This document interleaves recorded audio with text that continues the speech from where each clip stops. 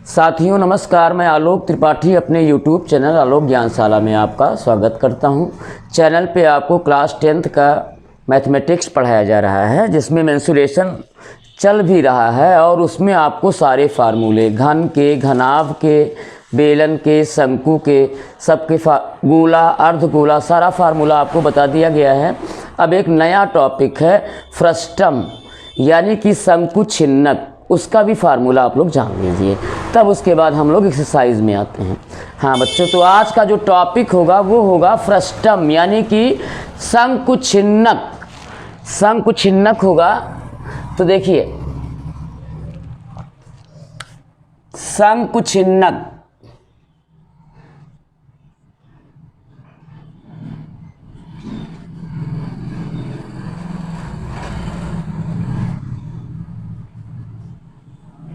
यानी फ्रस्टम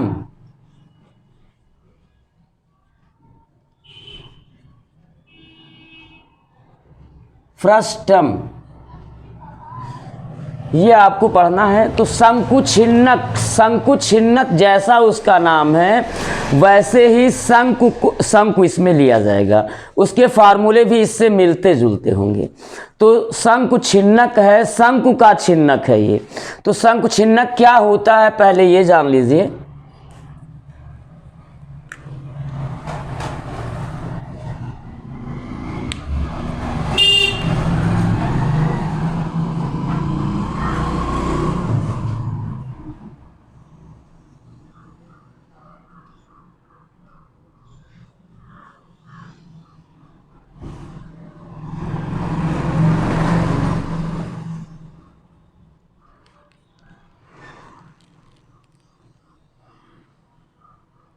ये आपका शंकु बन गया, जो कि आप जानते हो, जान चुके हो, पढ़ चुके हो। तो ये शंकु आपका रेडी हो गया। तो शंकु छिन्नक कैसे बनता है? शंकु छिन्नक कैसे बनता है वो देखिए। क्या कीजिए, AB के समांतर आप जो है किसी समतल से इसको काट दीजिए, शंकु को काट दीजिए और काट कर निकाल दीजिए। मान लीजिए ये हो गया A', B'। आपने क्या किया, समतल से A', B' पे इसको काट दिया और काट के आपने इसको निकाल दिया, यानी अलग कहीं रख दिया इसको। तो आपका ये फिगर तैयार हो जाएगा बच्चों, ये। और यही फिगर कहलाएगा शंकु छिन्नक।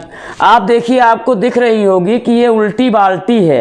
ये देखिए, बाल्टी को उल्टा रखिए तो उसी का शेप है। थोड़ा सा यहाँ ये इसका सिरा ये वृत्तीय होता है।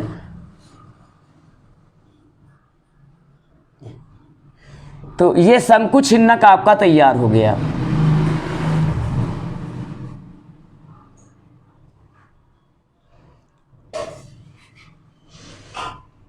तो एग्जाम्पल के लिए आप जान सकते हो, बाल्टी, कड़ाहा, कड़ाही, ये सब क्या हैं, शंकु छिन्नक के एग्जाम्पल हैं, फ्रस्टम के ये एग्जाम्पल हैं। अब चूंकि हमें न्यूमेरिकल के क्वेश्चन लगाना है, हमने जाना शंकु छिन्नक क्या होता है। शंकु को AB के समांतर, यानी उसके आधार के समांतर किसी समतल से काट कर निकाल देने पर जो ठोस शेष बचता है उसे शंकु छिन्नक कहते हैं। यहाँ शंकु छिन्नक क्या है, AB, B', A'। यहाँ शंकु छिन्नक है बेटा, और O' शंकु छिन्नक की ऊंचाई है।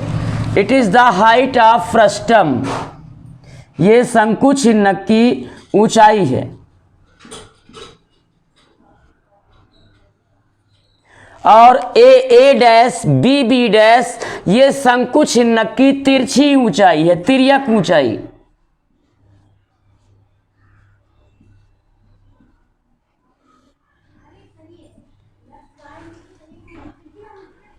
और बेटा आप अगर ध्यान से देख रहे होंगे फिगर को, तो नीचे वाला वृत्त, ऊपर वाला वृत्त, दोनों सर्किल को ध्यान से देखो, दोनों क्या हैं, डिफरेंट हैं, यानी भिन्न भिन्न वृत्त हैं। जब भी आपने वेलन जब पढ़ा था, वेलन के भी दोनों सिरे वृत्तीय थे, लेकिन ऊपरी सिरे के वृत्त और निचले सिरे के वृत्तीय सिरे जो थे वो दोनों ही वृत्त बराबर थे। ये वेलन आपने बनाया भी, जाना भी। तो वेलन में क्या होता है कि नीचे वाला वृत्त और ऊपर वाला वृत्त जो होता है वो इक्वल होता है। लेकिन यहाँ देखिए फिगर में नीचे वाला वृत्त और ऊपर वाला वृत्त भिन्न भिन्न है, यानी कि अलग अलग उनकी त्रिज्याएं होंगी, उनके क्षेत्रफल अलग अलग होंगे। तो देखिए जो बड़ी वाली त्रिज्या आपको दिख रही है OA या OB, उसको हम बाद में पहले इसको त्रिज्या लिख लो। ये भी त्रिज्या है और निचले वृत्तीय सिरे की त्रिज्या है OA, और ऊपरी वृत्तीय सिरे की त्रिज्या क्या है O डैश, A डैश। तो ये भी रेडियस हो गया।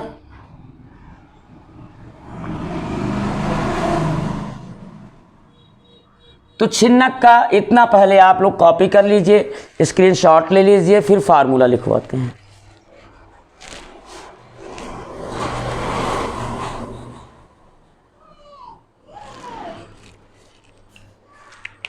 हाँ बच्चों,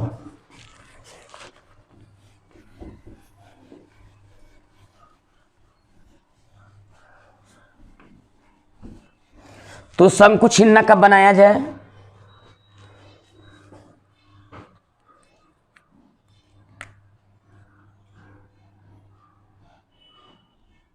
ज़्यादा बेटर वही होता है, शंकु बना दो, ऊपर से मिटा दो पेंसिल से एग्जाम में।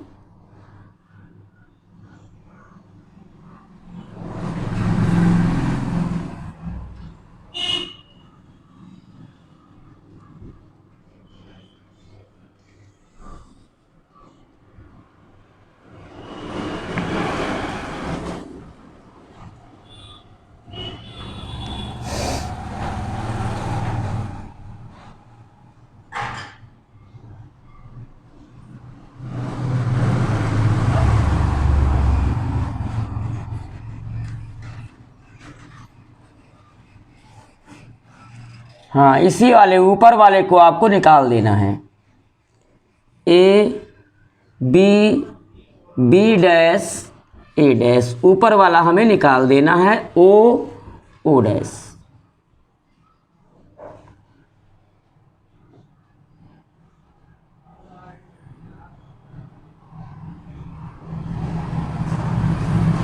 बस ऊपर वाला पोर्शन हमको हटा देना है। पेंसिल से बना के आप ऐसे ऊपर वाला पोर्शन मिटा दीजिएगा इरेजर से, तो शंकु छिन्नक आपको मिल जाएगा। ये देखिए शेप आपको शंकु छिन्नक का मिल गया। तो O डैश क्या है? शंकु छिन्नक की ऊंचाई है H, ये H हो गया। और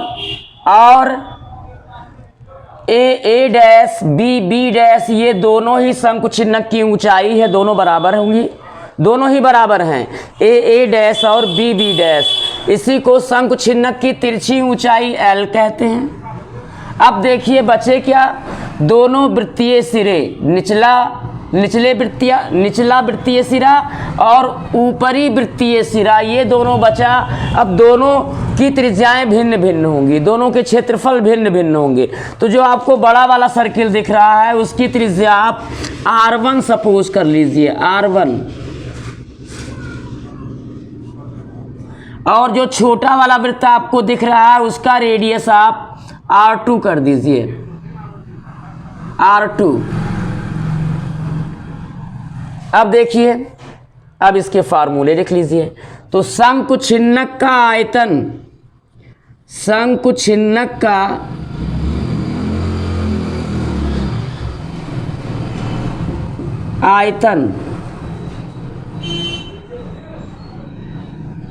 बेटा शंकु छिन्नक का आयतन शंकु का आयतन होता है, क्योंकि ये छिन्नक शंकु का छिन्नक है तो उससे तो कुछ मिलता जुलता होगा ही। शंकु का आयतन होता है बच्चों, आपने पढ़ा भी है 1/3 पाई R स्क्वायर H, यही पढ़ा है। तो शंकु छिन्नक का आयतन भी देखिए 1/3 पाई। अब R स्क्वायर के स्थान पे आपको लिखना होगा R1 square plus R2 square plus R1 into R2 into H. ये हो गया शंकुछिन्नक का आयतन 1/3 पाई एच। तो इसमें भी है बेटा 1/3 पाई एच, इसमें भी है। बस चेंज क्या हो गया, वहाँ आर स्क्वायर है और यहाँ R1 square plus R2 square plus R1 into R2 है।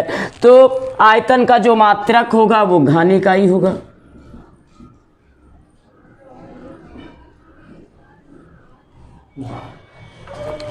अब देखिए शंकुछिन्नक का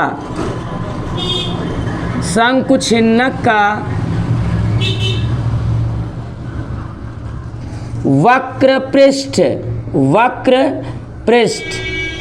शंकुछिन्नक का वक्र पृष्ठ क्या होगा, ध्यान दीजिएगा। शंकु का वक्र पृष्ठ होता है, शंकु का वक्र पृष्ठ होता है पाई आर एल। तो शंकुछिन्नक का जो वक्र पृष्ठ होगा वो होगा pi into R1 plus R2 into L, ये हो जाएगा। और इसका मात्रक होगा वर्ग इकाई। पृष्ठ का मात्रक होगा वर्ग इकाई। अब देखिए शंकुछिन्नक का संपूर्ण पृष्ठ, शंकुछिन्नक का संपूर्ण पृष्ठ क्या होगा बच्चों, ये होगा वक्र पृष्ठ प्लस निचले वृत्तीय सिरे के क्षेत्रफल को जोड़ दो और वक्र पृष्ठ में आप क्या करो, निचले वृत्तीय सिरे का क्षेत्रफल जोड़ो और ऊपरी वृत्तीय सिरे का क्षेत्रफल जोड़ दो। यानी इन दोनों ही वृत्तों के क्षेत्रफल को वक्र पृष्ठ में ऐड कर दो तो आपको छिन्नक का संपूर्ण पृष्ठ मिल जाएगा। तो ये हो गया वक्र पृष्ठ प्लस निचले वृत्तीय सिरे का क्षेत्रफल, निचले वृत्तीय सिरे का क्षेत्रफल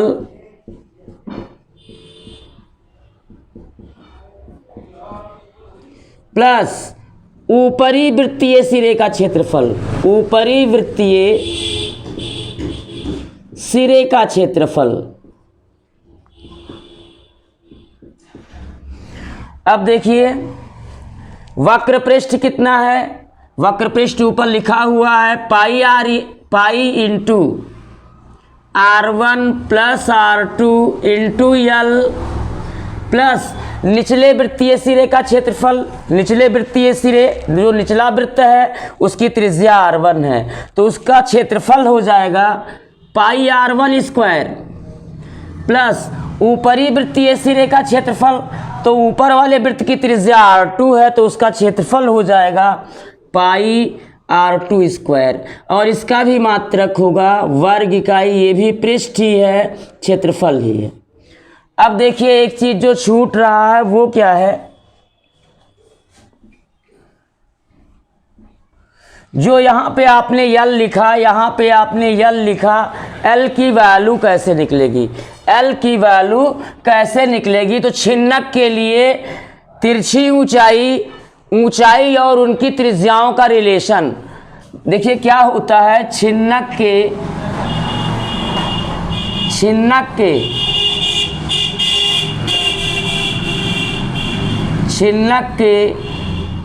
तिर्यक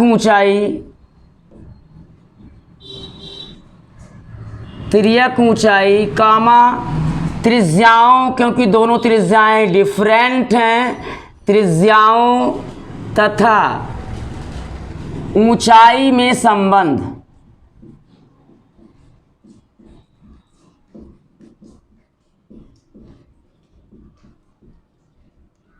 तो ये हो जाएगा शंकु छिन्नक के तिर्यक ऊंचाई, त्रिज्याओं तथा ऊंचाई में रिलेशन, ये आपको जानना है। तो ये रिलेशन इनका होता है बच्चों L square is equal to H square plus R1 minus R2 का होल स्क्वायर, यही रिलेशन होता है। तो इसका स्क्रीनशॉट ले लीजिए।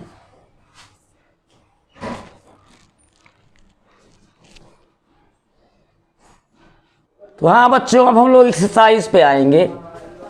13.1 सारे फार्मूले कंप्लीट हो गए, सारी चीज़ें कैसे बनी, कैसे प्राप्त हुई, वो आपको बता दिया गया। अब हम लोग एक्सरसाइज में आते हैं और एक्सरसाइज को करते हैं। मेंसुरेशन बहुत ही इम्पॉर्टेंट टॉपिक है। ये यूपी बोर्ड में मैक्सिमम नहीं, कम से कम मिनिमम ये 15 से 17 नंबर में आना है। यानी कि आप 15 से 17 नंबर के बीच में इसको मान के चलिए, और 70 का पेपर ही होता है। यानी 15 चौको 60, 15 चौको यानी काफ़ी 20% से ज़्यादा ही आएगा। तो देखिए, पहला क्वेश्चन है प्रश्नावली 13. प्रश्नावली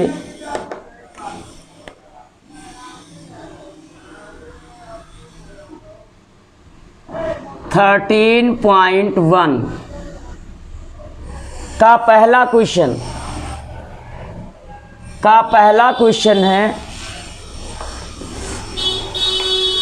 दो घन के बारे में आप लोग जानते हैं।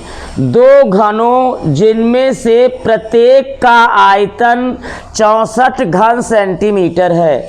दो घन हैं, दो घनों जिनमें से प्रत्येक का आयतन 64 घन सेंटीमीटर है के संलग्न फलकों को मिलाकर एक ठोस बनाया जाता है। दो घनों जिनमें से प्रत्येक का आयतन 64 घन सेंटीमीटर है के संलग्न फलकों को मिलाकर एक ठोस बनाया जाता है। इससे प्राप्त घनाभ का पृष्ठीय क्षेत्रफल ज्ञात कीजिए।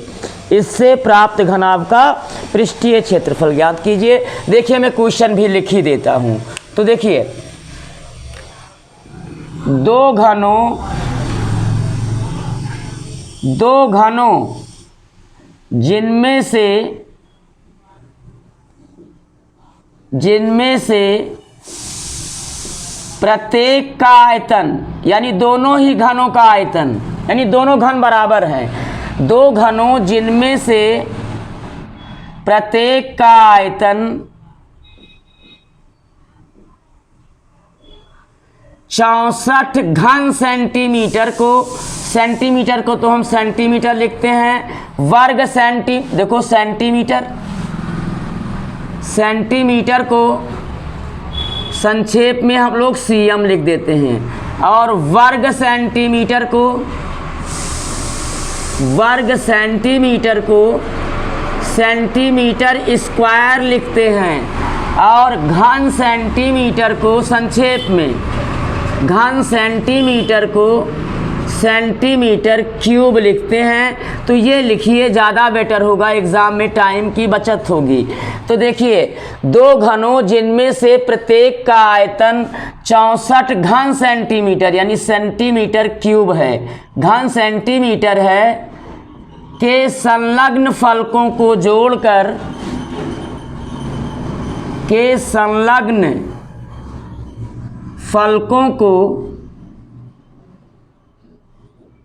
संलग्न फलकों को जोड़कर एक ठोस बनाया जाता है। एक ठोस बनाया जाता है।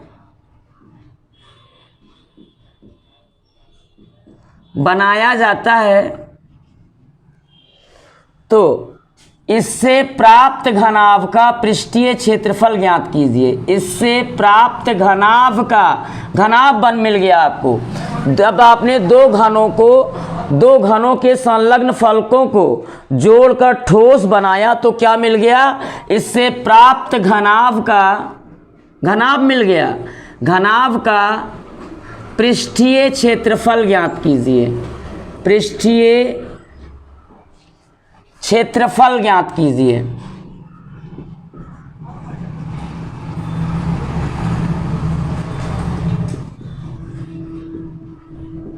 ये है क्वेश्चन। तो सॉल्यूशन देखिए इसका।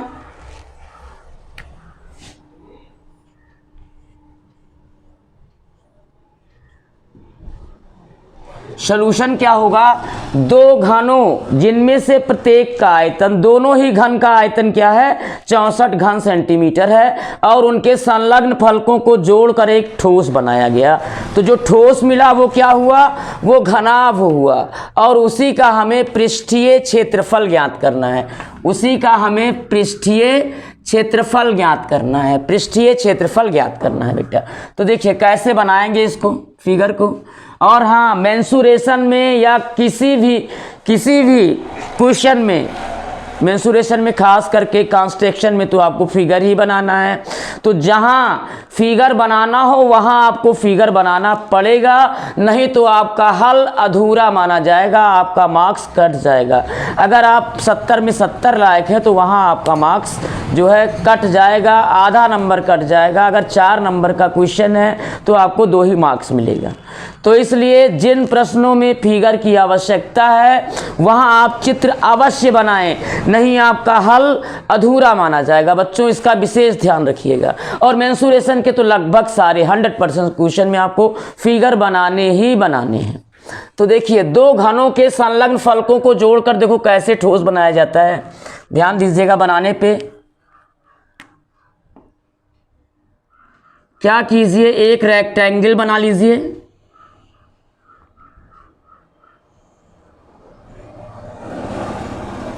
यानी एक आयत आपने बनाया। अब क्या कीजिए, अब इसको लगभग आधा आधा बांट दीजिए, एक लाइन ड्रा करके। ठीक, अब आपको 2 आयत नजर आ रहे होंगे।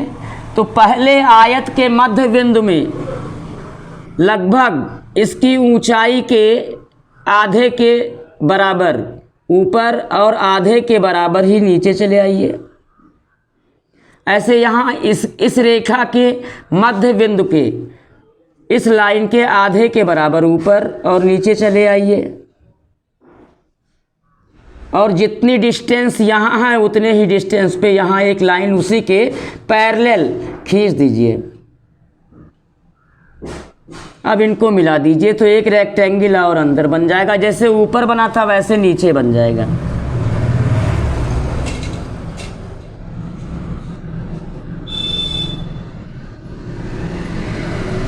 वैसे ही नीचे बन जाएगा। अब इनके आप क्या कीजिए, कोनों को मिला दीजिए, बस बन गया।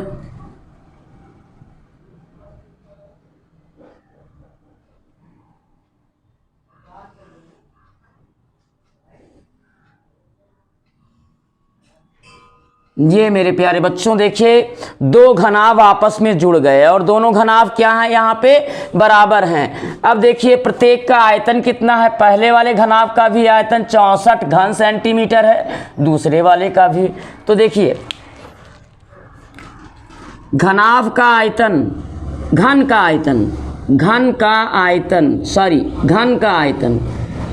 आयतन बराबर दिया है 64 घन सेंटीमीटर, यानी सेंटीमीटर क्यूब गिवन।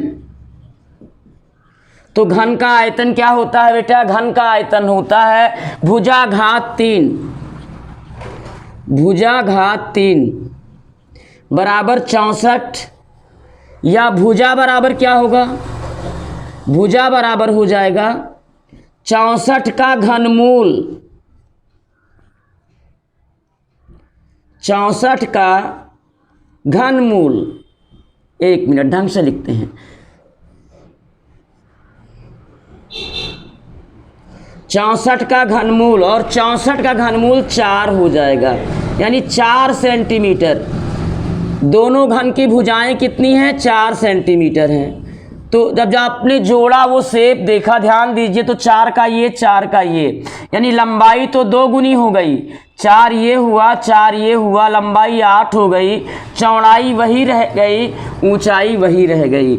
यानी जब दो घनों को जोड़ा जाएगा जब दो बराबर आयतन वाले घनों को जोड़ा जाएगा, जब दो बराबर आयतन वाले घनों को जोड़ा जाएगा तो लंबाई दो गुनी हो जाएगी तथा चौड़ाई और ऊंचाई वही रहेगी। तो ये लैंग्वेज लिख लीजिए, जब दो बराबर घनों को जोड़कर, जब दो बराबर घनों को,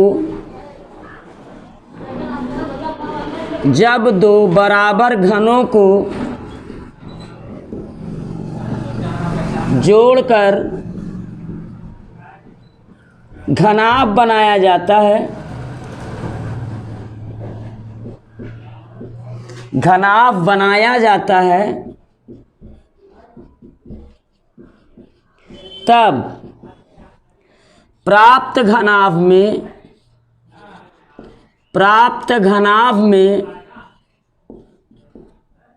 घनाभ में लंबाई दो गुनी, लंबाई दो दूनी, लंबाई दूनी हो जाती है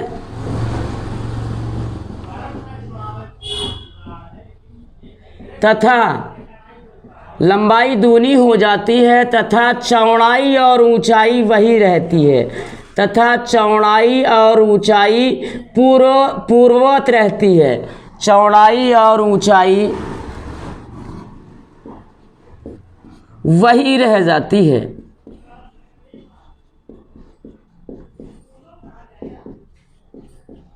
तो ध्यान दीजिए, जब आपने दो बराबर घनों को जोड़ा तो ये 4 का ये था 4 सेंटीमीटर और 4 ही सेंटीमीटर का ये है।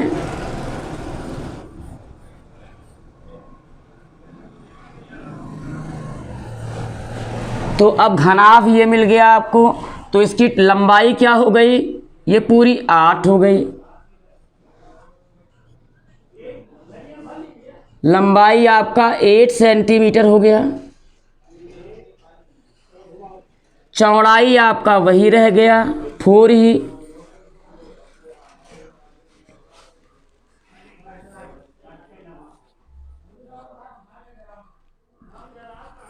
और ऊंचाई आपका वही रह गया।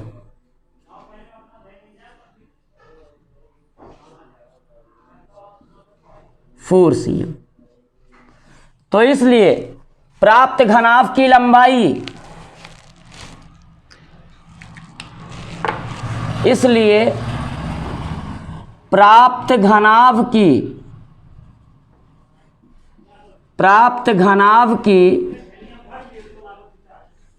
लंबाई, लंबाई L इज इक्वल टू हो जाएगा 4 + 4 इज इक्वल टू 8 सेंटीमीटर, और चौड़ाई और ऊंचाई वही रह जाएगी बेटा। तो B बराबर 4 सेंटीमीटर वही रह जाएगी, ऊंचाई भी वही रह जाएगी, H is equal to 4 centimetre. अतः प्राप्त घनाभ का पृष्ठीय क्षेत्रफल यानी संपूर्ण पृष्ठ, प्राप्त घनाभ का पृष्ठीय क्षेत्रफल, पृष्ठीय क्षेत्रफल ये होगा, फार्मूला याद होना बहुत ज़रूरी है। अब सारा फार्मूला हमने बताया है बेटा, उसको रट लीजिए, कंठस्थ कर लीजिए, समझ के अपने दिमाग में उसको सेटअप कर लीजिए। तो घनाभ का संपूर्ण पृष्ठ होता है या पृष्ठीय क्षेत्रफल का फार्मूला 2 × LB + BH + HL यही होता है। तो ये हो गया 2 × L, L है 8 × B है 4 प्लस B है 4 × H भी है 4 प्लस H है 4 × L है 8। ये हो गया 2 × 8 चौक 32 प्लस 4 चौक 16 प्लस 8 चौक 32। बेटा 32 32 64 हो गया, 64 और 16 80 हो गया। तो 2 × 80 यानी ये हो गया 8 दूनी 16 160 क्षेत्रफल है, पृष्ठीय क्षेत्रफल है यानी कि संपूर्ण पृष्ठ है। मात्रक होगा वर्ग सेंटीमीटर यानी सेंटीमीटर स्क्वायर। That's answer. तो बच्चों आज के लिए इतना ही। अगर आपको ये समझ में आया है, आपको ये वीडियो अच्छा लगा हो तो इसे लाइक कीजिए, सब्सक्राइब ज़रूर कीजिए और आगे भी आपको मेंसुरेशन के सलूशन मिलते रहें उसके लिए आप बेल आइकन को ज़रूर दबाइए। धन्यवाद।